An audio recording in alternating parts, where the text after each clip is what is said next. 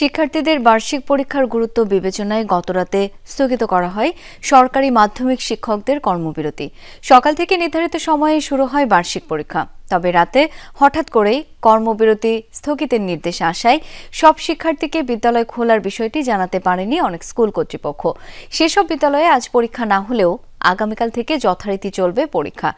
এদিকে ৩ দফা দাবিতে সরকারি প্রাথমিক বিদ্যালয়ে কমপ্লিট শাটডাউন চললেও বিভিন্ন স্থানে দেখা গেছে ভিন্ন চিত্র। কর্মসূচি শিথিল করে পরীক্ষা নিয়েছে কিছু শিক্ষক। আবারও যেন প্রাণ ফিরেছে বিদ্যালয়ে। সকাল সকাল কোমলমতি শিক্ষার্থীদের পদচারণে মুখর বিদ্যালয় প্রাঙ্গণ। শিক্ষার্থীদের পরীক্ষার গুরুত্ব বিবেচনায় দুদিন ধরে চলা সরকারি মাধ্যমিক শিক্ষকদের কর্মবিরতি স্থগিত করা হয়। তাই স্কুলগুলোতে নির্ধারিত সময় শুরু হয় বার্ষিক পরীক্ষা।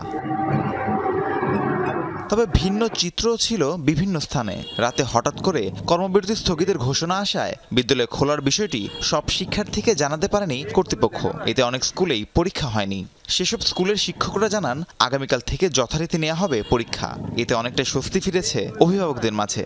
দাবি থাকবে, সরকারের কাছে বিভিন্ন দাবি দেওয়া থাকবে, কিন্তু স্কুল বন্ধ করে এবং পরীক্ষা বন্ধ করে নয়। একজন অভিভাবক হিসেবে আমরা চাই আমাদের সন্তানরা যেন শিক্ষা পায় এবং তাদের যেন পরীক্ষাগুলো ঠিকমতো হয় এবং শ্রেণীকক্ষে যেন তারা সুন্দর মতো ক্লাস করতে পারে। এদিকে গেল কয়েকদিন ধরে 11তম গ্রেডে বেতন ভাতা নির্ধারণ সহ 3 দফা দাবিতে কর্মবিরতি পালন করছিলেন শিক্ষকদের একাংশ।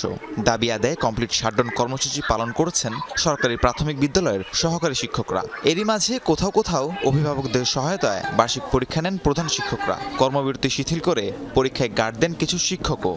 প্রথম এবং দ্বিতীয় শ্রেণীর মূল্যায়ন নিয়েছি অভিভাবকের সহায়তায়। সমস্যা হয়েছে, তারপর আমার নেতে আমি নিয়েছি। প্রধান শিক্ষক আছেন, তিনি তার তত্ত্বাবধানে আমাদের পরীক্ষা নিয়ে নিচ্ছেন। যেহেতু একটা বার্ষিক পরীক্ষা বাচ্চাদের ভবিষ্যৎ, এজন্য প্রধান শিক্ষক তার নিজ দায়িত্বে। প্রধান শিক্ষক এই আন্দোলনের সাথে জড়িত না, তাদের সংগঠন আলাদা, সেভাবে তারা পরীক্ষাটা আমরা নিয়ে নিচ্ছি। শিক্ষকরা বলেন, তারা অবিলম্বে নিজ নিজ কর্মস্থল ও শ্রেণীকক্ষে ফিরে যেতে চান, কিন্তু যতক্ষণ পর্যন্ত দাবি মানা না হচ্ছে ততক্ষণ পর্যন্ত কর্মসূচি চলবে। আমাদের 3 দফা দাবি যতক্ষণ পর্যন্ত বাস্তবায়ন না হবে আমরা ততক্ষণ পর্যন্ত কর্মবিরতি এবং সম্পূর্ণ শাটডাউন কর্মসূচি যে আছে আমরা সেই কর্মসূচির সাথে একাত্মতা ঘোষণা করি। এই আন্দোলন কর্মসূচি স্থগিত করা সম্ভব না। এখন এই মুহূর্তে চাই আমরা পরীক্ষার হলে ফিরে যেতে। এই মুহূর্তে এক মুহূর্ত আমরা দেরি করতে চাই না। তারা আমাদের দাবিটার একটা যৌক্তিক কিছু, আমাদের দৃশ্যমান একটা কিছু আমাদের দিক। রাহিম সারোয়ার, যমুনা নিউজ।